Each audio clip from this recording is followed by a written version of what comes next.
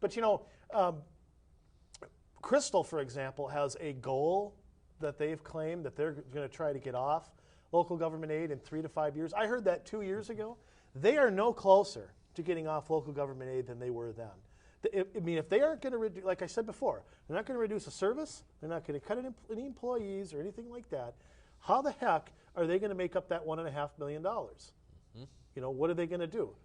Dump it on us is what they're going to do, and then blame the boogeyman. That's what I call the state, the city's boogeyman. So that's what we're looking at right here. And what I really worry about in Crystal is the long term. What your property taxes are going to look like in 10 years, 12 years, as the real estate market one of these days hopefully turns around. Along with higher prices, you're going to have taxes going right up with them, and people are going to be paying $300, $400 a month in taxes. Well, look at now.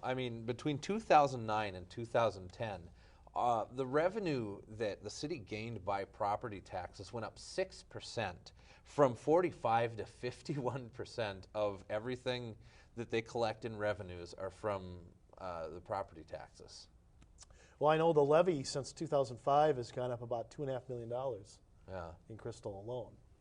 So that's a large chunk of money. And they haven't lost that much in LGA either. So as home prices have been drifting downward, total revenues to the city from property taxes have gone up? Yes, because there's no correlation between whether your home goes up or down in price to what you pay in property taxes. What the county does is they come by and they take a median price. Right, okay. And what they do is work off of that. So if the median price is down $10,000, but your home's only down $5,000, you will get a property tax increase. See, that's how they work it so that government gets their money first, and whatever dribble is left is yours. That's how they do that. Now, when home prices were going up 10 grand a year, they were claiming the opposite. Oh, your taxes are going up because your home's worth more. Right. Oh, but now it's the other way around. You get it now? They get you both coming and going. Oh yeah, on the upstream and the downstream, they get you both ways.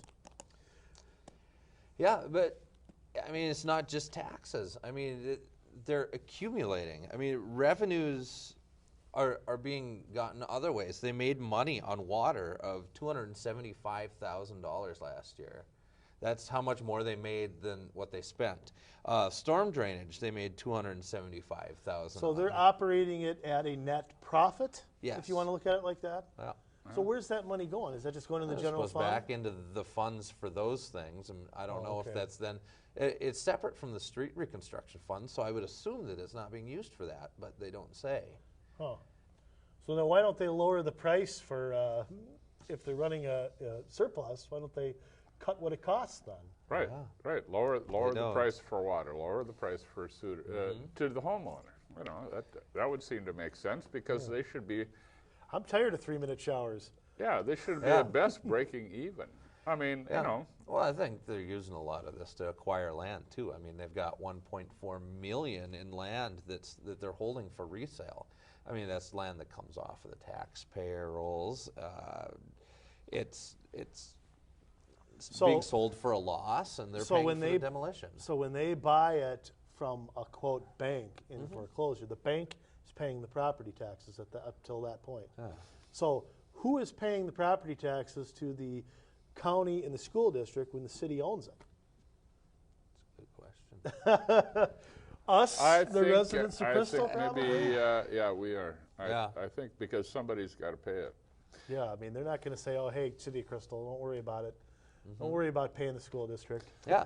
And what is the city doing in the real estate business anyway? What's the well, the only thing I can think of if I had to have an answer is they're trying to buy homes, demolish them, and build bigger ones so they can enhance the property value there and to the homes next to it so they can justify taking more money from all those people. That's the only thing I can think, because nothing else makes sense. I don't know what would motivate them to buy foreclosed homes, other than leaving it in a private transaction between the bank that would own it and a builder that wants it. They keep intervening with our money and building Yep. bigger homes so they can take more tax money. Yep. And according to their financial statements, I mean, they've got over $38 million available for spending at government discretion. 38 million? 38 million. Goodness. Yeah. Why don't they use that to redo City Hall then? Or, I bet I know why. Because of tax increment funding. I bet that's the reason. That's probably they a can't big part of spend it. it on a community building. They have to. 'Cause tax increment funding is where you have to do it to enhance your property tax base. And then you pay the money back in increments, and that's Yep. probably what that is. They won't let them spend it on a hockey rink or something like that. Probably, but I mean, if you look at a lot of their liquid assets, I mean, they have 3.7 million in cash. They have 49.1 million in investments. They made 344,000 in interest, 319,000 in delinquent taxes, 1.3 million in accounts receivable, 713,000 due from other governments, 9.4 million special assessments receivable. Wow. And they claim that they've got a $12 million budget. You understand this now? No, not even beginning. But it sounds like the public will have an opportunity. You people out there, as well as Andrew and Jason and the people who live in Crystal, have an opportunity to ask questions on December 6th. Yep. Isn't that right? That's the Truth in Taxation hearing for Crystal, and we should mention that they don't have to finalize their budget until the second meeting, which would be December 20th. Oh, so there are Yeah. still time to make reductions. They can't increase it once they submit in September. Once they submit their preliminary budget, they can decrease it. And Crystal has a history of doing one more work session on it and finalizing it the week of Christmas when they know nobody's going to be there. And December 6th, anybody who wants to complain will probably show up then and not show up at the second one. So I would look for that. I don't know about the history in the other cities around here, but my guess is they'll get a lot of grief December 6th, and they'll go back to the drawing table for one more. And December 20th, anybody who wants to complain's already complained, Yep. and they'll 7-0 finalize the vote. Yep, absolutely. So, I mean, if you want to really change things, make sure you're there both dates, because it's when they have to look you in the eye and they vote on it. I mean, the last thing that any of you want is to see Mayor Bowman crawling down your chimney on Christmas Eve with a tax hike. So give her the boot back up the chimney. Right. Well, and I would add too that if you can't make it, they all have email, they all have phone numbers. If you can email their finance people, their city manager or anybody, they do get back to you. I mean, one thing they do is and that goes with the other cities, with the school district, 281. Their Truth and Taxation hearing is Monday, December 5th.